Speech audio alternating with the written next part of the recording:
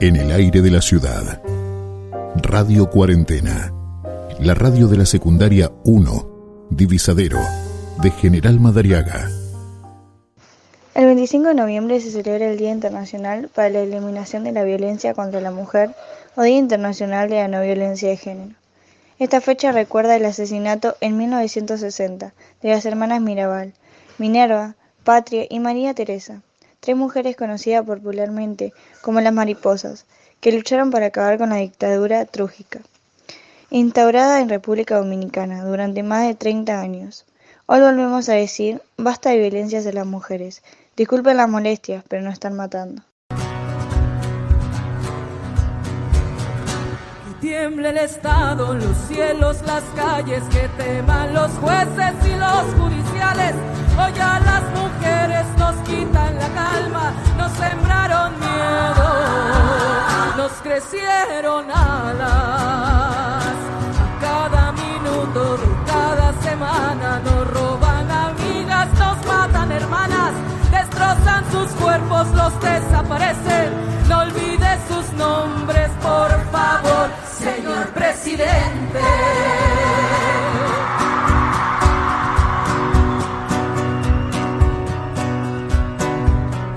Por todas las copas marchando en Reforma, por todas las morras peleando en Sonora, por las comandantas luchando por Chiapas, por todas las madres buscando en Tijuana. Cantamos sin miedo, pedimos justicia, gritamos por cada desaparecida. Que retumbe fuerte, nos queremos viva, que caiga con fuerza el feminicida.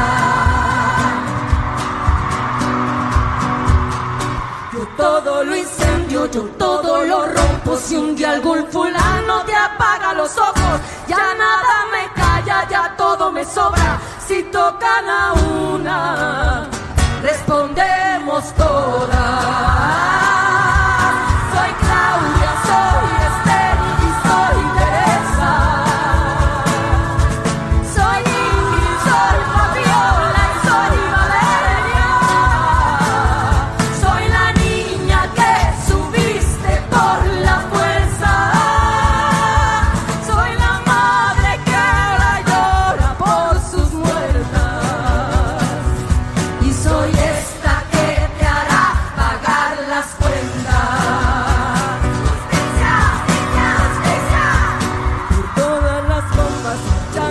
Por todas las morras peleando en Sonora, por las comandantas luchando por Chiapas, por todas las madres buscando en Tijuana. Cantamos sin miedo, pedimos justicia, gritamos por cada desaparecida. Que retumbe fuerte, nos queremos vivas, que caiga con fuerza el feminicida.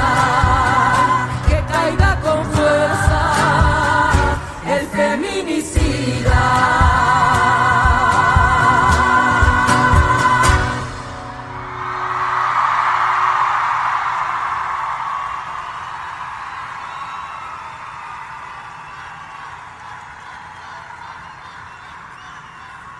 Y retiembla en sus centros la tierra al sororo rugir del amor.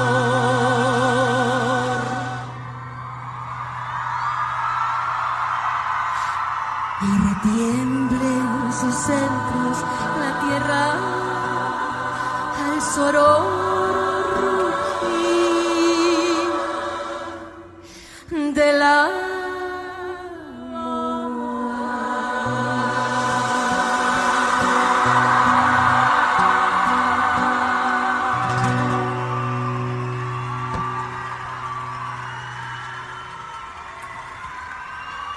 Muchas gracias. Hola, mi nombre es María Emilia Muro y bueno, les voy a contar cómo fue mi finalización de la secundaria con respecto a elegir mi carrera y después lo que hice para poder concluir mis estudios terciarios. Bueno, al estar en sexto año, la verdad que empecé a pensar, cuando estaba en sexto, qué iba a seguir. No descartaba nada, salvo las exactas. Pero después un día podía ser dentista, al otro día podía ser profesor de educación física, al otro día podía ser contadora, al otro día podía ser psicóloga. Tanto empecé a pensar en lo que podía hacer, que bueno, me confundí, no sabía qué hacer, ya no sabía ni qué me gustaba exactamente. Sí sabía lo que no me gustaba, pero eran muy pocas cosas, no podía realmente decidir qué era lo que quería hacer.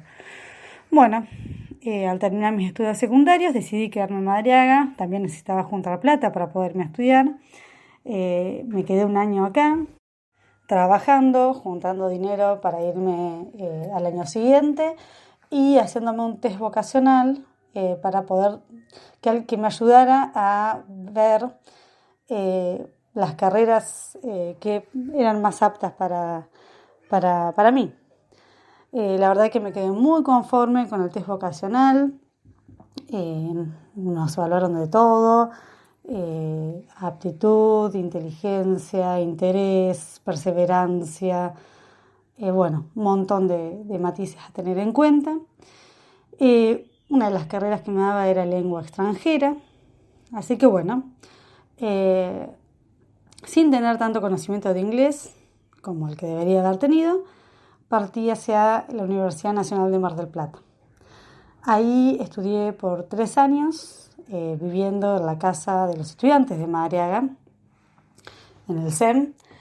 Y en el 2001, por diferentes razones, cuando ya habíamos tenido clases en la calle y demás, no pude continuar estudiando allí.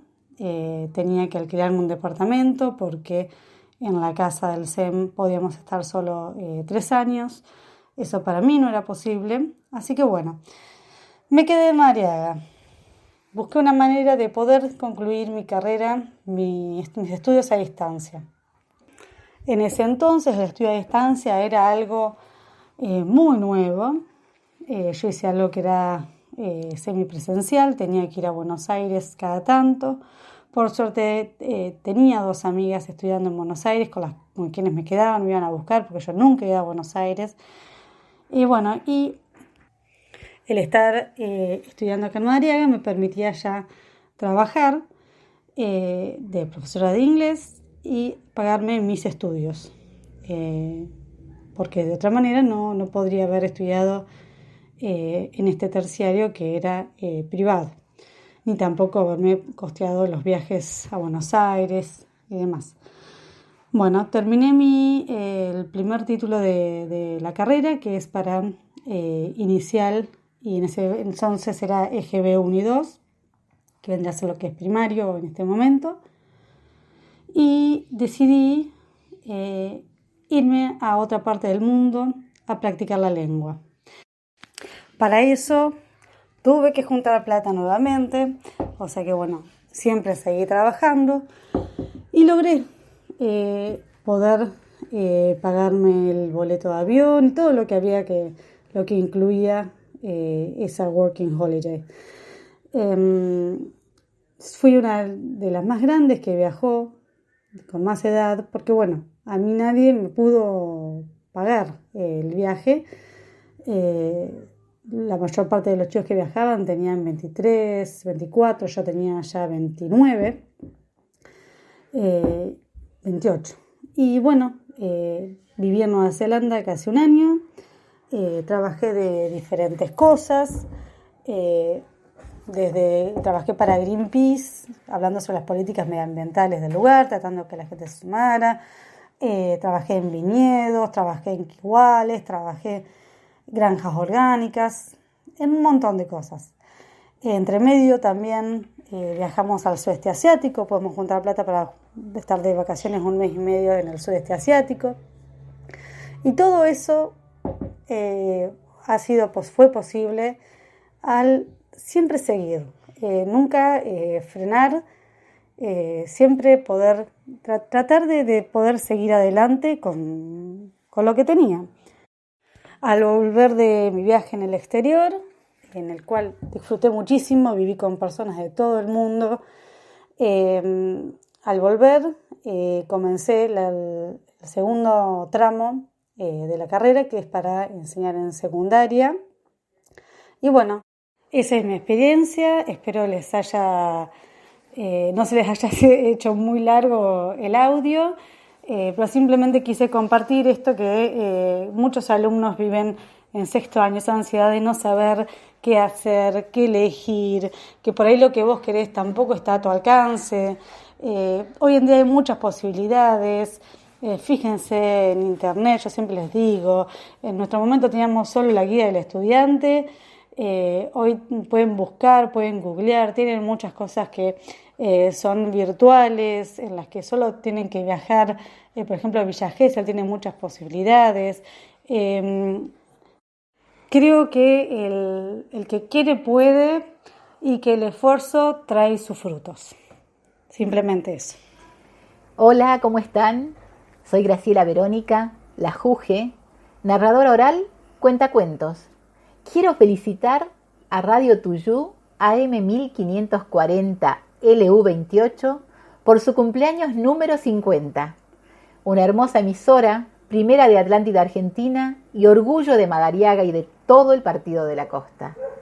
Estuve presente con ustedes a través de la retransmisión de Radio Cuarentena de la Secundaria 1 de Divisadero Madariaga, programa que admiro y en el que siempre participo con alegría con diversos audios.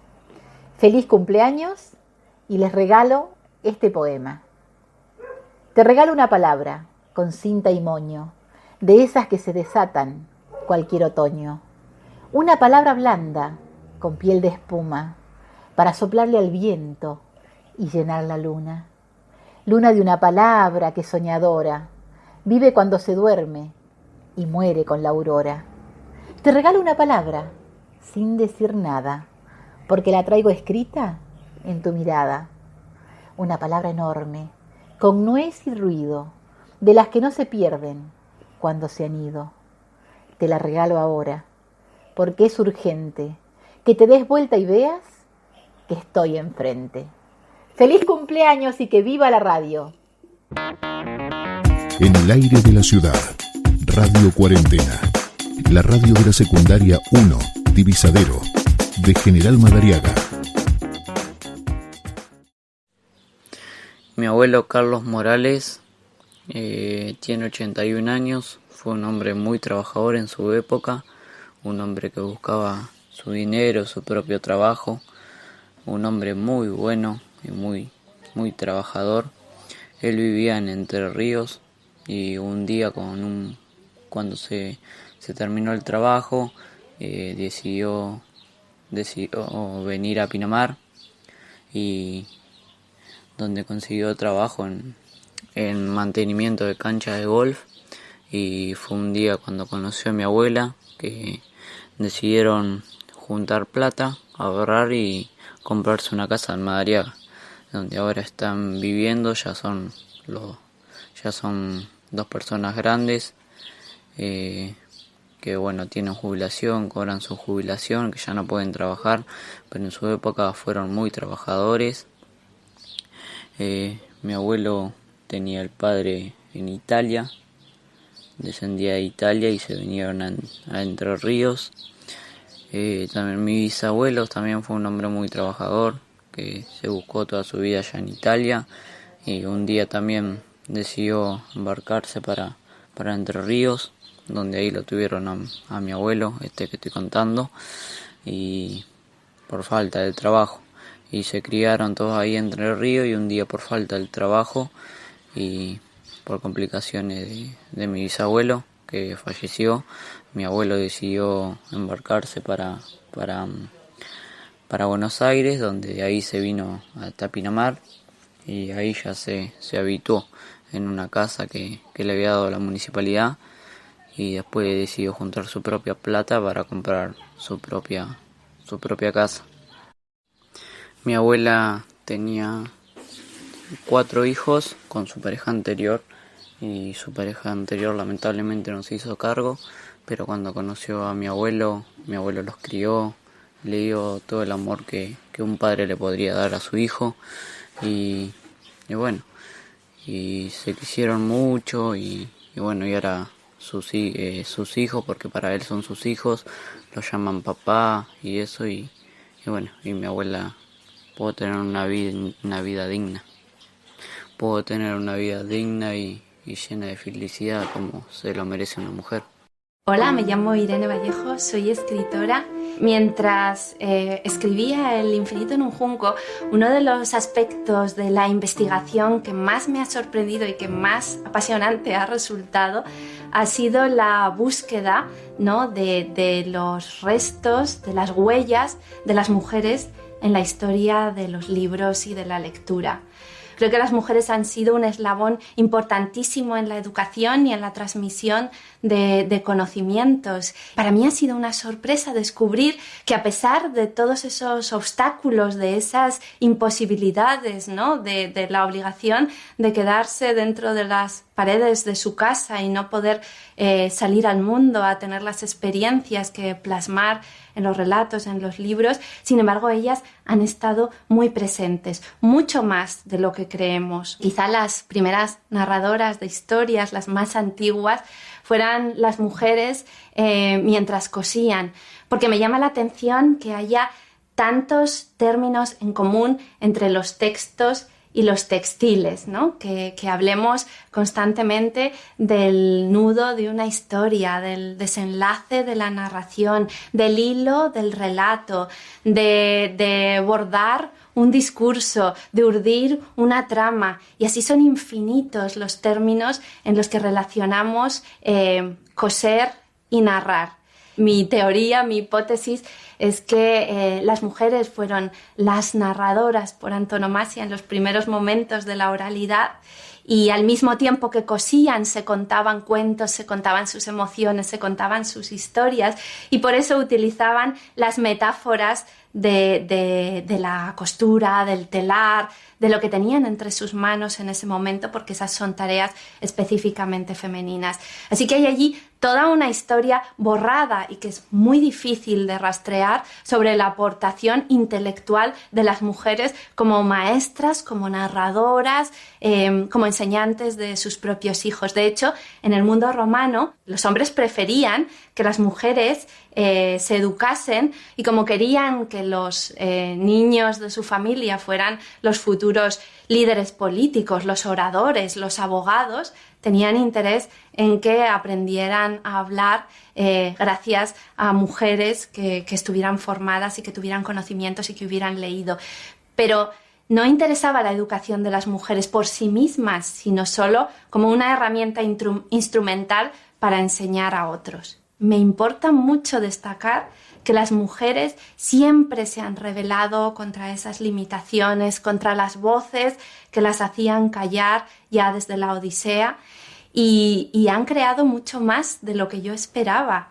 Y me parece fascinante, por ejemplo, un hecho bastante desconocido, que el primer texto de la historia, el más antiguo conocido, con nombre propio, es decir, no anónimo, lo firma una mujer, una sacerdotisa acadia que vivió hace aproximadamente 4.300 años y que se llama Enheduanna. Esta Enheduanna escribió antes que Homero, antes que el autor del poema de Gilgamesh, y nos cuenta en sus himnos, porque ella escribía poesía religiosa, como la primera experiencia creativa relatada por una autora en primera persona. Y la metáfora que ella utiliza tiene mucho que ver con la experiencia de las mujeres, porque ella dice que cuando escribe recibe la visita de la diosa Inanna, que se apodera de ella, que entra en su cuerpo, y que después de esa posesión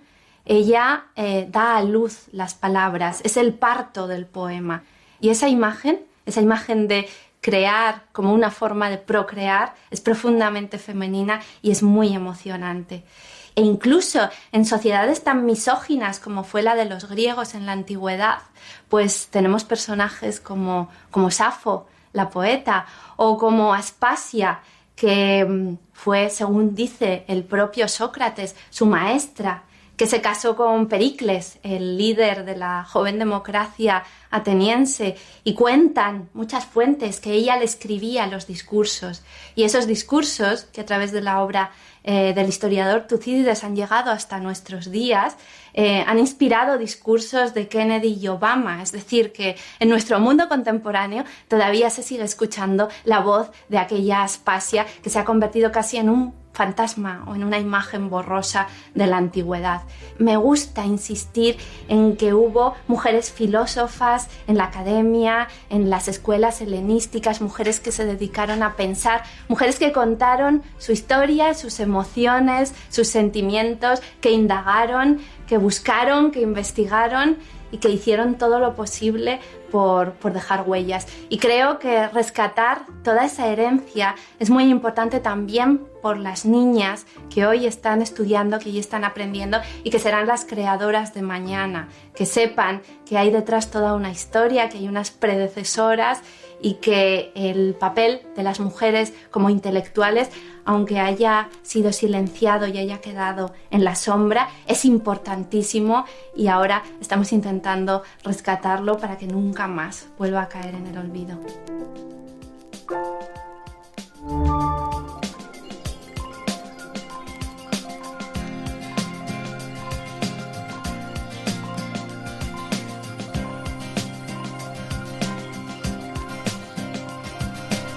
Radio Cuarentena.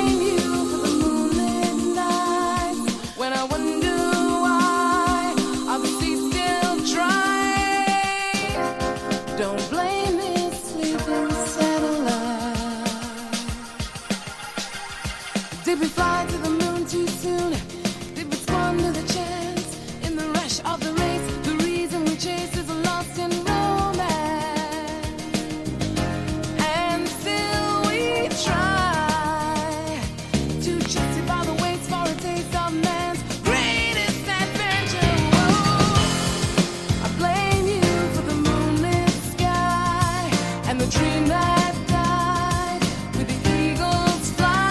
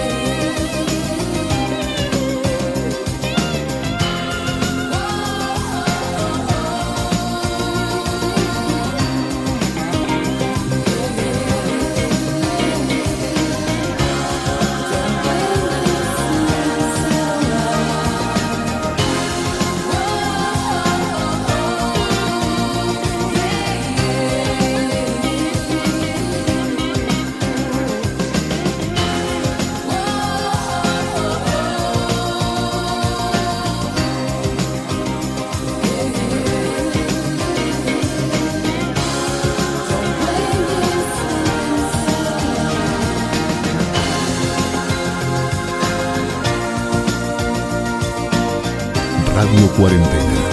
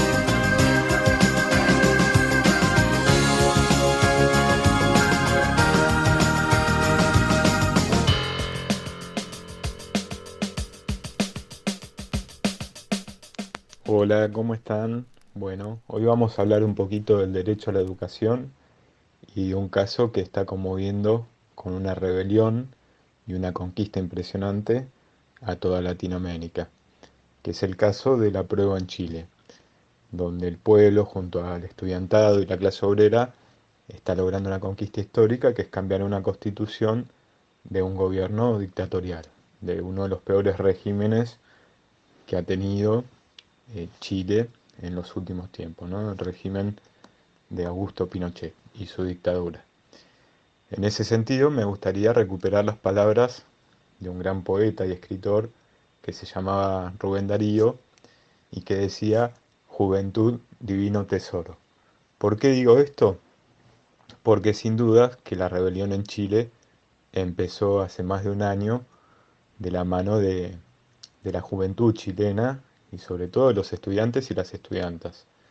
Están registradas en video las imágenes de cuando las chicas de las escuelas secundarias de Chile fueron al subte e iniciaron una rebelión saltando los molinetes porque les habían subido el precio del subte a 30 pesos.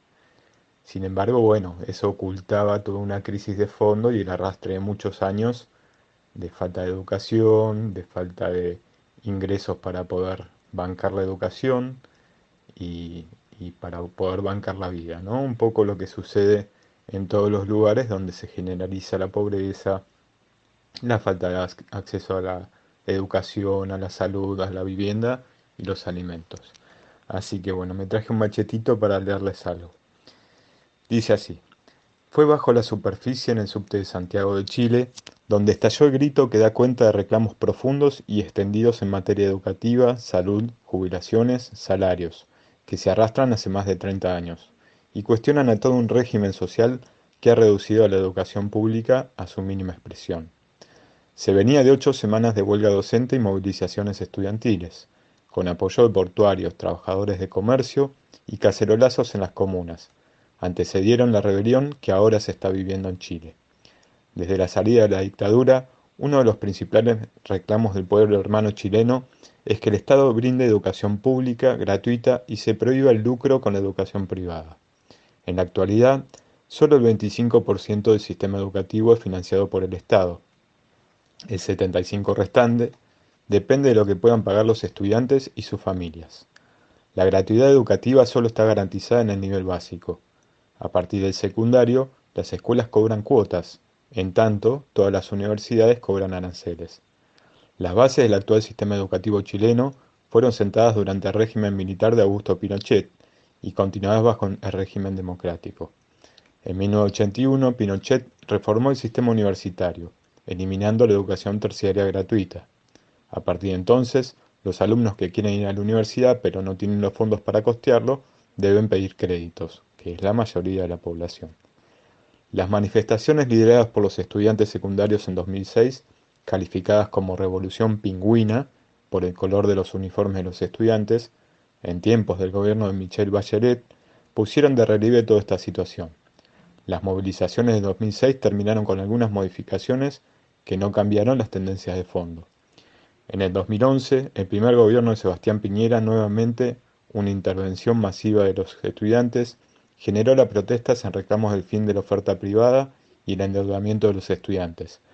Nuevas conquistas parciales se lograban con la lucha, pero el 20% de los chilenos sigue teniendo deudas en educación o salud. Las luchas educativas se sucedieron año tras año, y la huelga de profesores de casi 2 meses de 2019, levantando reivindicaciones históricas, fue empalmando con otros sectores y reclamos. Es claro que el sistema educativo chileno es una muestra de la crisis de educación latinoamericana, caracterizada por la descentralización, el desfinanciamiento, las reformas curriculares, ofensiva a las conquistas laborales y la privatización creciente, que se va agrandando a mano de los acuerdos con el FMI, que exige a los países con crisis de deuda las denominadas reformas estructurales a cambio de financiamiento. La lucha por la educación es incompatible con el FMI y los organismos de crédito. Como dice el lema popular que anima la rebelión chilena, no son 30 pesos, monto del aumento en el subte que desató la rebelión, sino 30 años. En el día de hoy, en nuestro país, se está aprobando una ley de presupuesto que contempla solo un 1% y piquito de todo lo que producimos durante un año para educación, un 4% para salud en el medio de la pandemia y miles de millones de dólares para pago de deuda externa y gastos de las fuerzas de represión. Las conclusiones para muchos de nosotros son obvias, pero tenemos que seguir explicando y explicando. Plata para educación, salud, vivienda, alimentos o para el FMI a un lado de la cordillera o del otro. Para ello, deberemos tener gobiernos con otras prioridades y, como dice la canción, la clase obrera es una y sin frontera. Viva la lucha del pueblo chileno por sus derechos y de cada uno de los pueblos. El pueblo unido jamás será vencido. El pueblo unido jamás será vencido. El pueblo unido jamás será vencido. El pueblo unido jamás será vencido. De pie cantar que vamos a triunfar. Avanzan ya banderas de unidad y tú vendrás marchando junto a mí y así verás tu canto y tu bandera florecer. La luz de un rojo amanecer anuncia ya la vida que vendrá. De pie marchar el pueblo va a triunfar.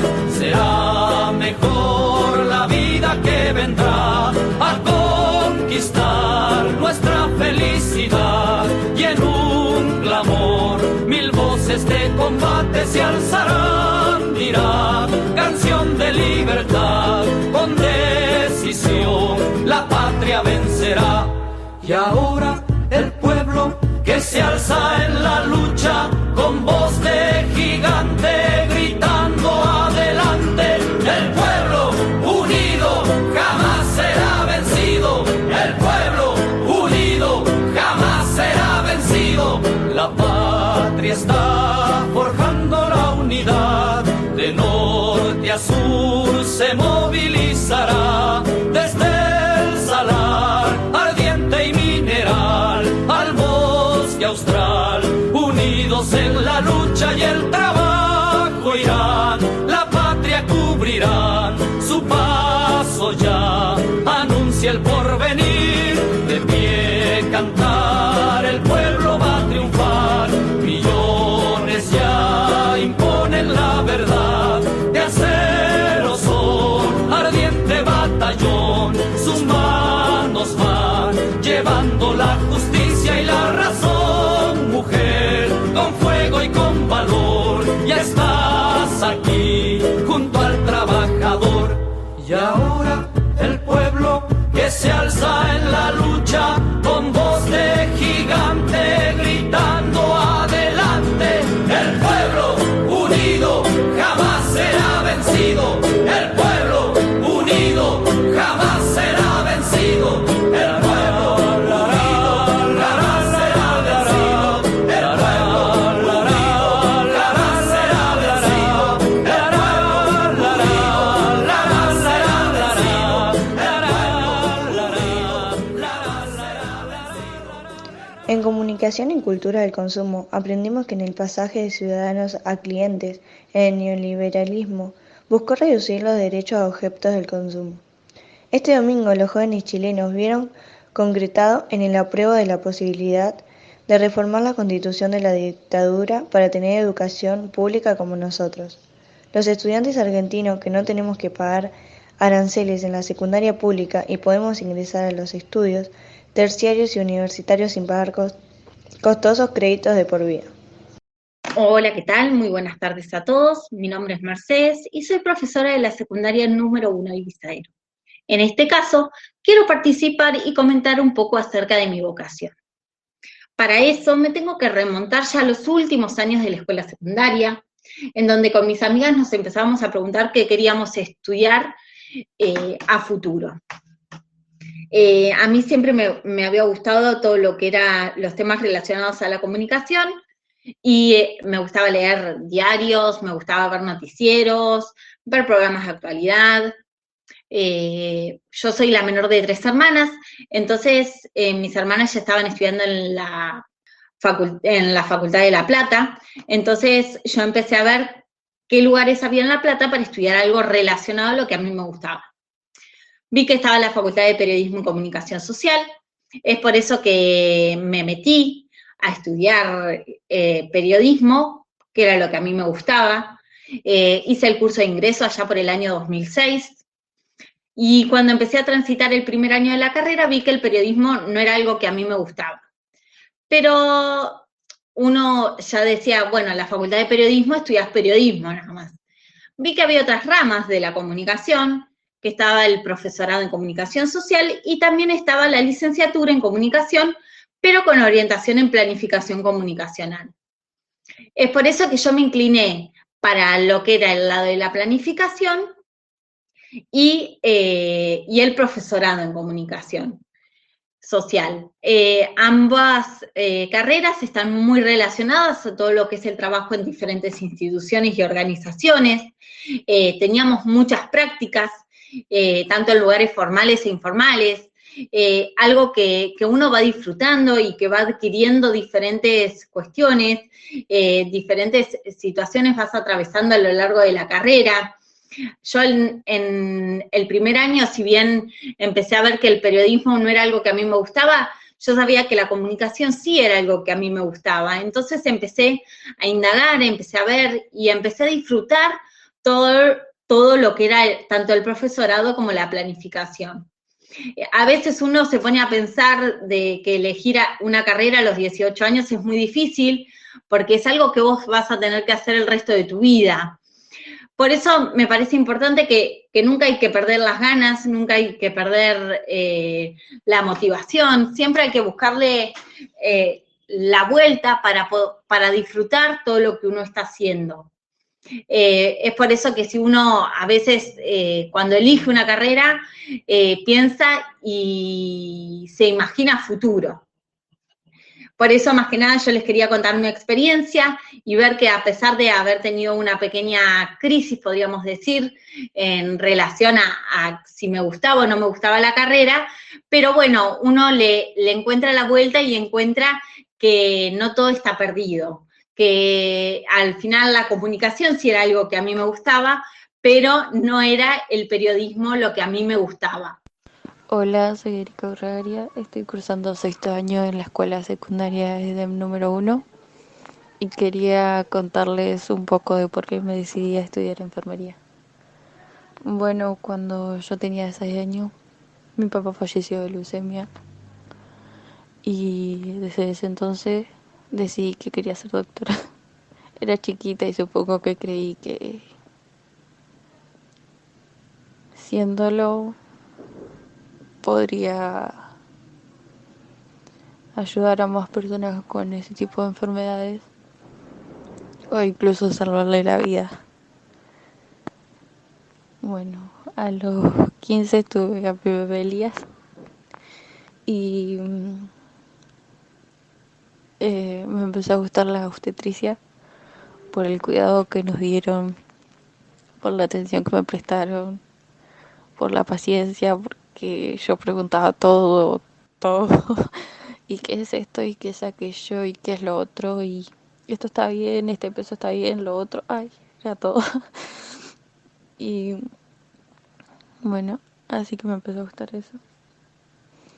Después como que me di cuenta que no iba a poder hacerlo porque para estudiar medicina el lugar más cercano me parece que es Mar del Plata. Y aparte que hay que tener plata para poder estudiar y teniendo un bebé iba a ser muy complicado. Así que descarté la idea de ser doctora. Y bueno, hace 2 años me enteré que acá en Madrid estaba el curso de enfermería y que era gratis, así que empecé otra vez con la idea de hacer eso y el año pasado fueron las chicas del Instituto 59 a enseñarnos de RCP y como que todavía me gustó mucho más enfermería y poder ayudar a las personas. No sé si voy a llegar a salvar alguna vida, pero con poder ayudarlas ya voy a ser feliz y para mí va a estar bien.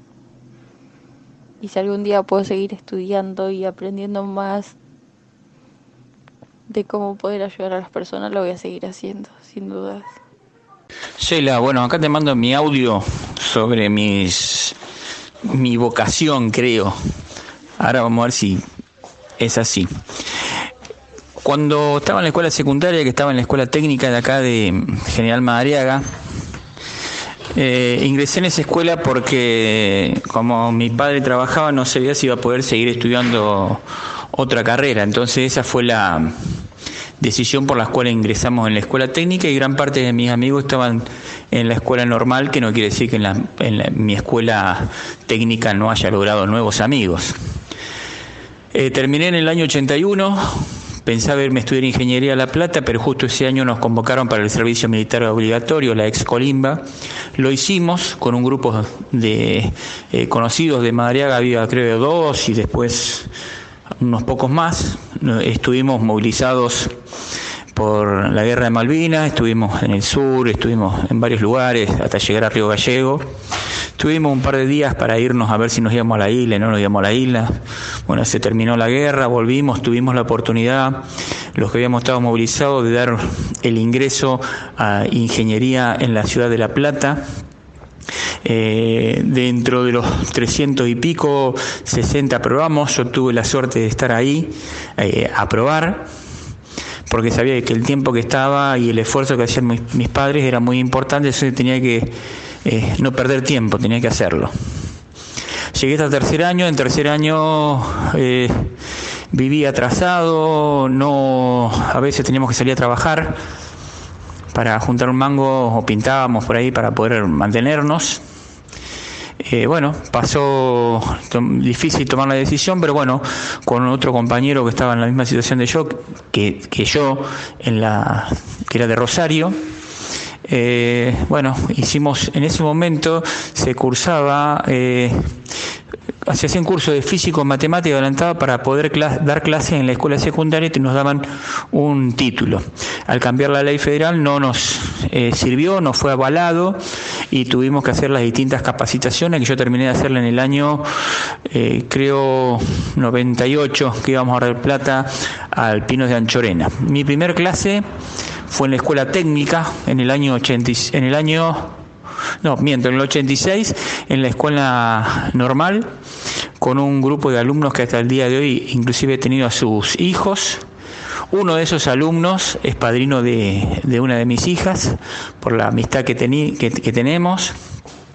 Y después fueron pasando los años por distintas escuelas, normal, escuela técnica, en la escuela, bueno, acá en la media una es una que tengo cercana a mis afectos porque tuve muchos años hasta que en algún momento perdí casi todas las horas y de a poquito pude volver al establecimiento. Algunos de los profesores que están, o casi todos los profesores de los que están, algunos han pasado por mis cursos o particular en mi casa, y cada vez trato de, por ejemplo, de leer, interiorizarme de algunas cosas, tratar de ayudar de distintos puntos de vista a todo, tratar de dar una solución con los alumnos, tratar de ponerle la mayor onda posible por las situaciones de cada uno, pero a veces también estamos con un poco de bronca porque en estos momentos, no de pandemia, en estos momentos actuales donde tienen muchas más facilidades que las que teníamos nosotros para estudiar, no lo hacen, sabiendo del esfuerzo que hacen en las casas.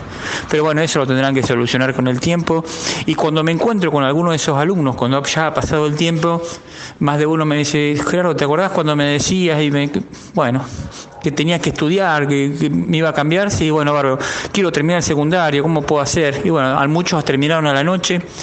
Tuve un par de grupos espectaculares a la noche de gente adulta que terminó, que sus nietos inclusive los he tenido de alumnos, sus hijos también.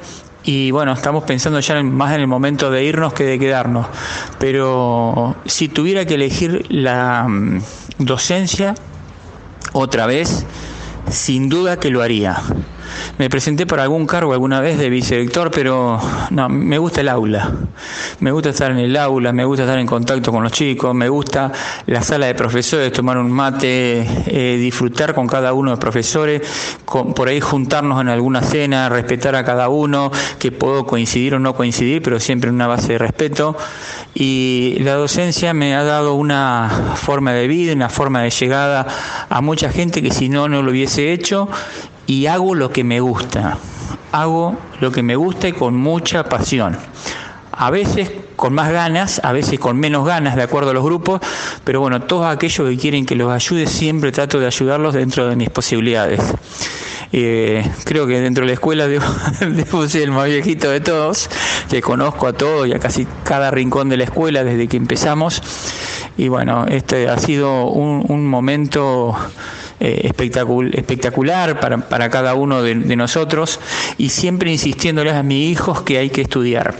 En mi casa, mi hijo mayor, gracias al estudio, es el primer profesional de la familia, que es kinesiólogo, que es Bernardo. Mi segunda hija, Andresa, es diseñadora gráfica, es la segunda recibida en mi familia. De las que se recibió, es la segunda que se recibió, y bueno, creo que muy poco tiempo vamos a estar acá porque el año que viene ya parte hacia una empresa en España que le ha ofrecido trabajo y tiene muchas ganas de irse. La tercera también está estudiando en la facultad.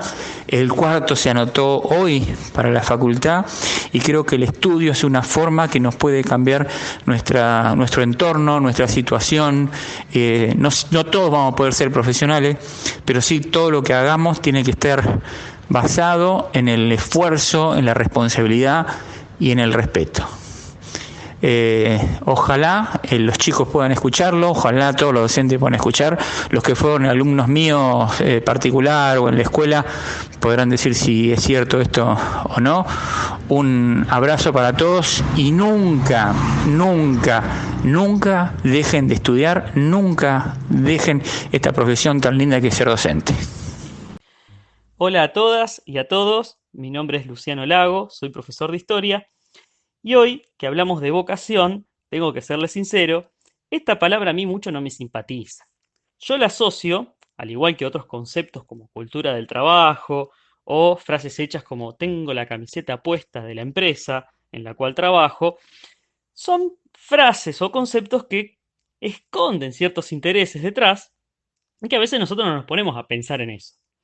Y todos las repetimos, y en un contexto capitalista favorece, ¿sí?, a la formación de un cierto sentido común, que hay algunos trabajos que son considerados como sacerdocios, es decir, que aquel que desempeña cierta tarea tiene una cierta vocación de servir a los demás de forma desinteresada, y esto desvaloriza la cuestión objetiva, que es la material, la de reconocer económicamente como corresponden por esa labor a la persona que la desempeña. Pero bueno, no vamos a hablar de eso, vamos a hablar de el deseo profundo por el cual uno lleva a la hora de realizar una tarea. Es decir, la palabra vocación es el concepto eh, más piola, ¿sí? En el concepto aquel que cuando yo desarrollo alguna actividad, me llena a mí y me hace sentir pleno. Y eso a mí me enseñaron que prácticamente uno nacía con eso. Y yo no les quiero defraudar, algunos siguen pensando eso, pero yo les voy a pinchar el globo. Para mí, la vocación se construye, no es algo con el cual se nace. Y voy a dar mi ejemplo, mi historia de vida, para decir por qué se ha construido una vocación. Yo considero que, como profe de historia, yo tengo una vocación. Y a la hora de elegir qué carrera tenía que estudiar a los 17 años, a mí se me planteó un dilema bárbaro, porque no sabía qué estudiar. Y no tenía una vocación a la docencia, pero siempre me gustó la idea de poder hacer una tarea educativa. Y esto venía un poco por dos cosas. Primero, porque yo tengo una mamá que es maestra. Y aquellos que tenemos una mamá maestra, sabemos que el hijo de la maestra mama desde muy chiquito lo que es la tarea del docente. Y en el caso de mi mamá, es una maestra rural. Para aquellas que son maestras rurales, lo saben, en el pecho acá llevan un distintivo que dice: no soy cualquier maestra, soy la maestra rural, aquella que trabaja en escuelas muy desfavorables. Y en el caso de mi vieja, era una escuela que ella siempre decía, la más desfavorable del sudoeste de la provincia de Buenos Aires. En realidad esto no existía, ese moto, ese título, pero ella lo decía porque justamente trabajaba en el medio de una isla, un lugar sumamente inhóspito para vivir. Solamente trabajaban gente bueno, familias que lo necesitaba realmente el trabajo, y lamentablemente tenían que hacer esa tarea en ese lugar porque eran leñadores y gente que hacían actividades rurales, que bueno, tenían que ir a vivir ahí. Y la maestra, de igual forma, tenía que vivir en la isla. Y yo viví parte de mi infancia en una escuelita, la escuelita de la Huertita, la primaria número 3 de General Lavalle, en la cual se accedía de forma muy difícil, con un camino que habían construido los mismos vecinos, con palo y barro, que apenas pasaba un auto. Obviamente que cuando llovía, nos quedábamos totalmente eh, desconectados del mundo, literalmente. Aunque estábamos privados ya de por sí, con el clima a favor, de la luz, de la calefacción, obviamente no había tele, es decir, que era una vida muy sacrificada. Aún así, mi mamá tenía un gran compromiso por la educación y por los alumnos, y desempeñaba una tarea con mucho esfuerzo para desarrollar en esos chicos, dejar justamente una educación que les permita, a la hora de ellos desempeñarse en la vida, de la misma forma que cualquier chico que vivía en el pueblo o en la ciudad. Mi mamá lo hacía con mucho esfuerzo y esto uno lo va mamando de muy chiquito. Y lo segundo que creo que uno construye una vocación aún sin saberlo, es cuando hace el tránsito propio en la educación. Yo creo que secundaria para mí fue fundamental, porque ahí yo ya salí del contexto de mi mamá docente que también me enseñó, sino que fui conociendo a otros docentes, y ahí uno va palpando cómo es esta actividad desde un lado de alumno, pero le va tomando el gustito a las buenas clases de los profesores. Yo en la secundaria tuve muy buenos profesores, profesores que me enseñaron que la educación puede ser divertida, puede ser interesante, puede ser sumamente una tarea llevadera, y que también es lindo aprender y saber. Obviamente que esto ha sido fundamental para mí porque yo considero que he construido una vocación.